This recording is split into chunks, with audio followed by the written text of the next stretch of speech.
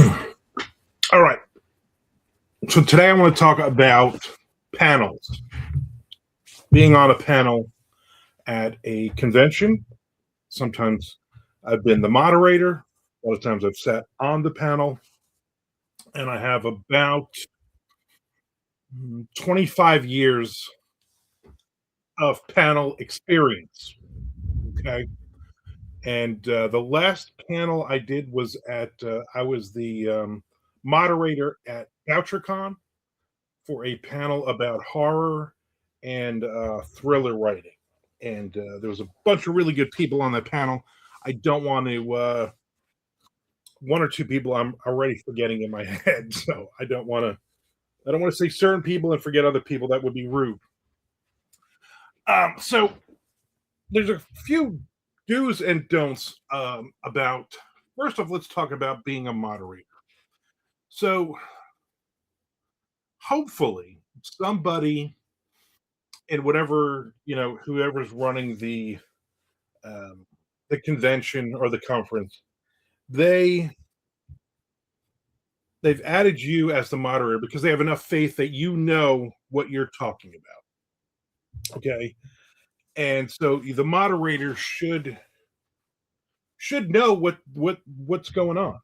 Moderator should know something about the subject. Not always the case. I'm sure if you've been to conventions and conferences, you know that sometimes they have the moderator or half the people on the panel have no idea. They've just kind of been pigeonholed into, well, we got to put them on something. So let's put them on a panel about getting an agent. And none of the people on the panel have ever tried to get an agent or even thought about getting an agent. I've seen that happen. I've seen that exact panel. And so they basically just talked about why they don't have agents, why they don't need agents. And so for somebody who's coming into that room to sit for 45 minutes because they want an agent, they're not going to learn anything. There are panels I've been on where the moderator gets everybody together before the panel, the night before, if possible, and everybody sits around and they just kind of throw ideas and talk about it. And it's almost like we're doing the panel beforehand, and then I guess you're supposed to like remember your great answers. It's kind of like playing Hollywood Squares. You already know the questions ahead of time, so you have you and your writers prepared some funny answers for it, and it all comes off as very, very not genuine. I've seen a ton of those panels over the years. Um, I've seen panels where okay, the panel's set and it's going to be 6 weeks from now, and the moderator will buy a book. He'll email you and go, what's the best book I can read that's close enough to this subject? And then the moderator will inject. He'll have his notes and he'll say, well, in your book, whatever you have this blah blah blah, and let's talk about that. And so then that's pretty good. That's some good stuff because the moderator is leading you to talk about your book without it being. So tell us about your book, and then you just sit and you rant and you rave. Um, I am. I don't know if it's lazy or I like spontaneity. I don't set anything up beforehand.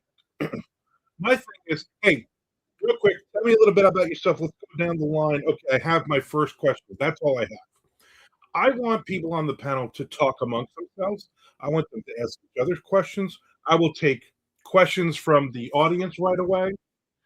It's an interaction, is what we're looking for. It's a conversation. We're sitting around, we're having a conversation. I don't have notes in front of me. I don't want any of that stuff.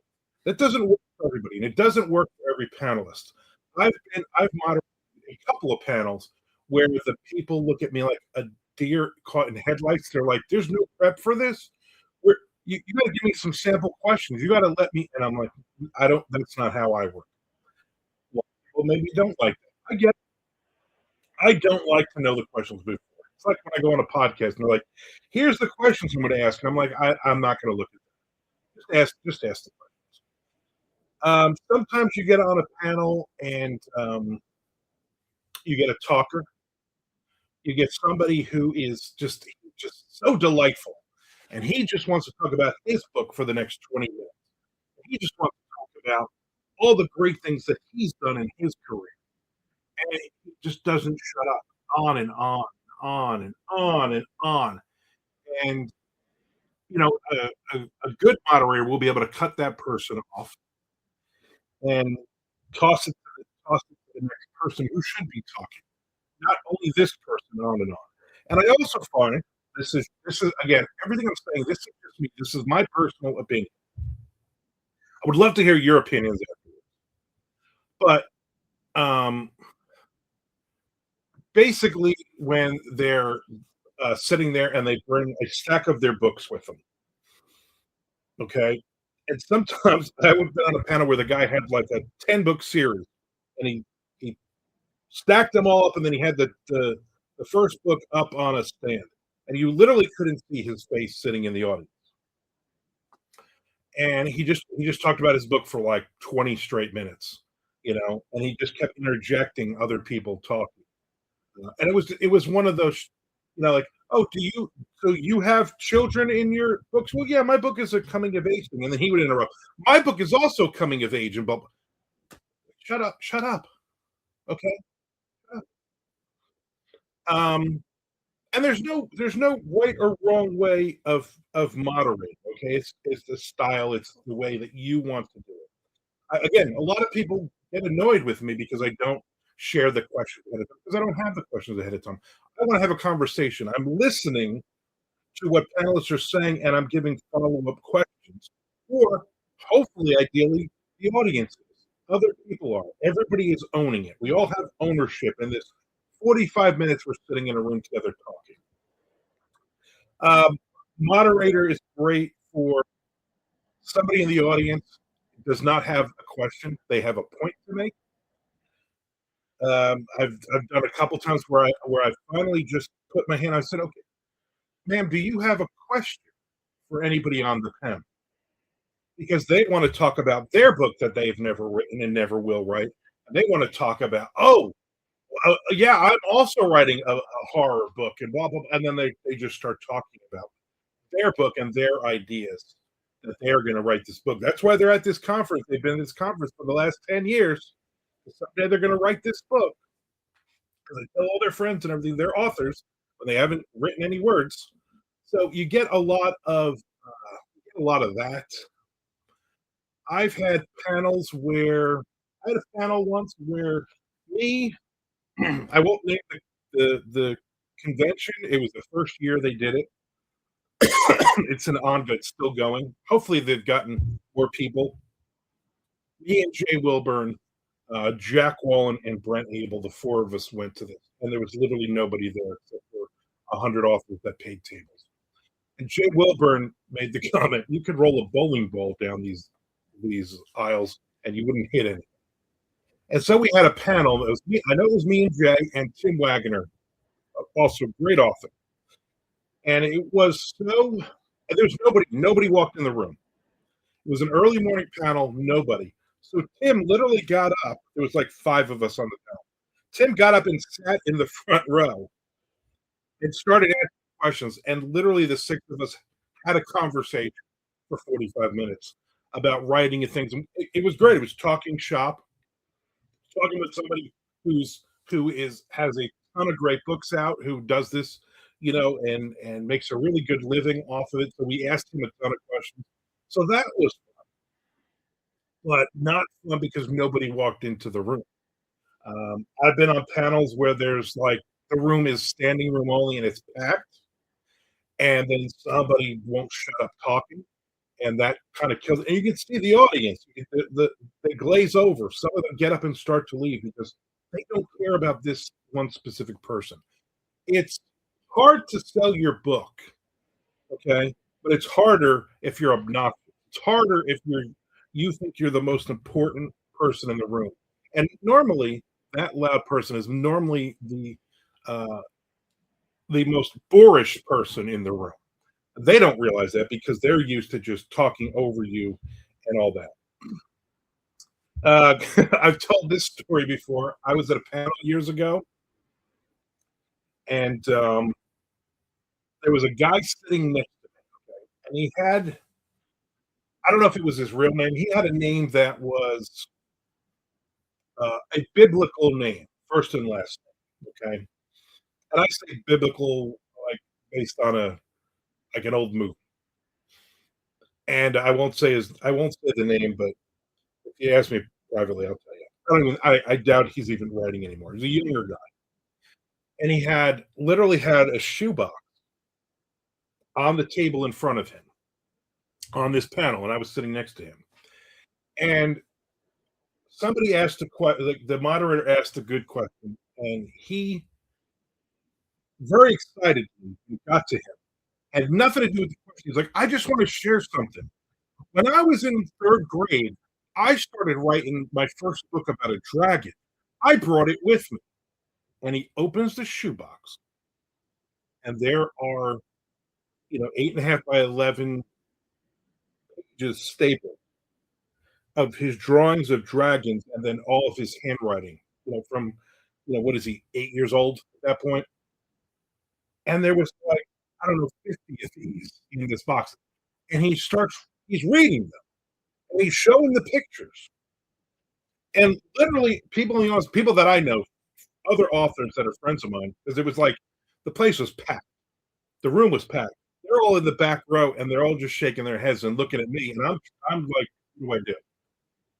And he literally went on for like 10 minutes about his books that he wrote when he was in third grade. And I'm thinking, how are you going to sell books to anybody? Nobody cares enough about you. Maybe, I don't know, your girlfriend or your boyfriend or your mom is in the audience. Maybe that's it. Maybe a couple of your buddies that you came here with that feel bad. Nobody else is going to buy you. You've literally annoyed. Um, Whenever I get on a panel, so like I was on a panel at a at Nikon one year, and it was about they just put me on the panel. It was like we got to put everybody on 2, 3 panels. I was on a panel about Clive Barker. Okay, so who I'm a fan of, but not like anybody would know that. Like I've never raved in any Clive Barker fan groups or anything like that. We were talking about it was like the anniversary of Books of Blood or something. So I was like, oh, okay. I had like 2 months of fun. So I read as many of the stories in as many of those different books as possible. So at least I had an understanding about something. And luckily for me, I thought I looked good because some of those stories were mentioned, and then I was like, "Oh yeah, yeah," and then I would talk about the story, which was good. I've been on panels where I was on a panel once. This is like 20 years ago, or more. The difference between science fiction and fantasy, and like the three guests of honor who are all big science fiction or fantasy authors at the time are on the panel with me and a moderator. And the moderator starts with me. What do you think the difference is? And I gave some stupid rambling answer I knew was wrong. And then basically the next guy, I won't say his name, but the guy next to me was like, well, you couldn't be more wrong. And he had a sheet of what's the difference? He had all the, and he went on and on and on. And I was like, why am I even on this panel? And why did I show up for this panel? And why did you start with me? It was very annoying for me, and I look like a fool. And I don't think I sold many books. I like doing panels. I like talking. In case you couldn't tell by all these videos, I like meeting other authors. I think that you sell more books by showing people who you are, and so I don't ever bring books with me to prop up. A lot of people do, and that's fine. That if that's your thing, then do it. I don't do that. I try not to get into specifics about books because I look at that audience. There's 50 people in the audience, and like hopefully 2 or 3 of these people have read something I've written. So I don't want bore you with, "Hey, my book is about this," because that's not gonna sell that book. I'm gonna sell that book because I'm gonna be me, and I'm gonna joke around, and I'm gonna have fun, and I'm going to just generally look like I'm having a good time, even though, the anxiety is kicked in, the depression is kicked in. I just wanna run screaming from the room, all of that. Every word I say, I think, "Oh my god, did I just say that? That's dumb." So I'm very, very hard on myself when it comes to stuff like that. I force myself to be on a path, and I think that I sell more books after a panel because I'm just being myself. I'm joking around with people. I'm having a good time, and so I mean that's what it is. You want the people to get to know you. You want the people to look and go, okay, you know what? After this panel, while I'm walking around the vendor room, while I'm walking around the celebrity room, wherever, and I see this person, maybe I'm going to ask them a question. Maybe I'm just going to talk to them. It's great for me, great for the ego. Let's be honest. When somebody walks in and goes, "Oh, you were so funny on that panel," or "What was the book? What was the crime thriller book we were talking about?" And then I show them the book. To me, that's what this is about, right? To me, that's the fun. That's the excitement of doing panels and doing them right. I love a panel where we're all talking. I love a panel where the moderator doesn't make it about them. I try to be well aware that I'm gonna. My job is to throw questions for then these five people to answer and talk. And a question in the audience. Let's throw it up here. Let's all talk about it. I don't feel like I'm part of that conversation unless you've asked me a specific question, which happens sometimes. I always give the I always try to give the short answer. I always try to not go, well, let me detail that in there's 42 steps for doing this. Let me detail all that money. I'm well aware of the time as a panelist and as a moderator. And I as a panelist, as I'm watching other panelists, like the guy with the shoebox, I just think I know I just sit there and I think, well, you're shooting yourself in the nobody nobody nobody cares about your book as much as you do. And now you are actually turning them off, you know.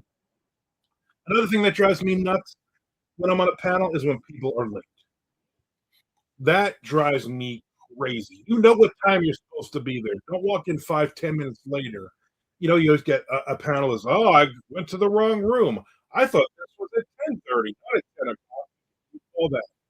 And the moderator, the job is to start it on time. The moderator's job is to start this on time. Let's get it going. We only have X number of minutes to do this, and we want to take questions. And people have shown up on time.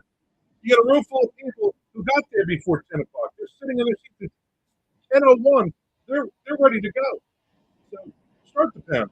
And then that other person walks in and then they do the walk of shame and then you know go from there. I had a panel several years ago, maybe 6, 7 years ago. Um, me and my wife we were invited to a convention in Tampa, which is not too far. We're in Jacksonville, a couple hours. And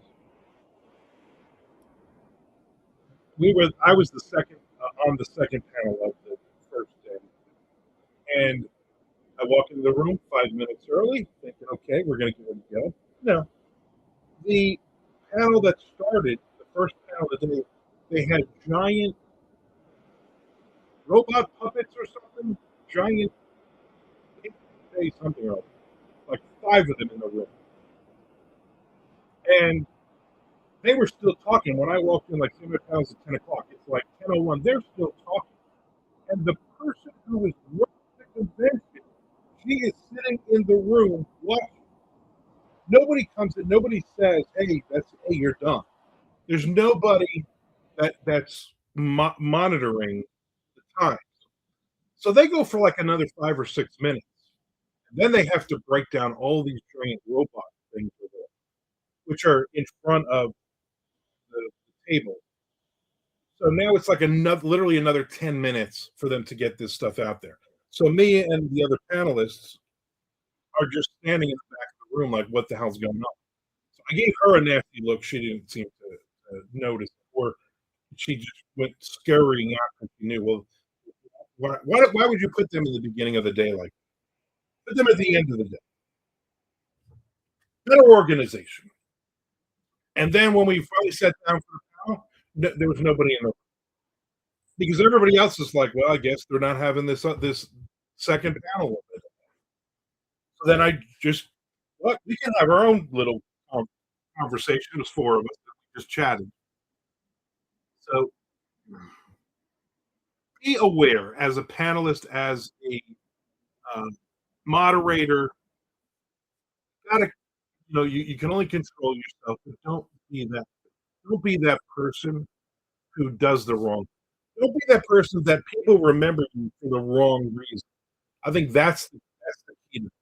I want somebody to walk up to my table after I do a panel and say, "Hey, that was pretty funny when you said that.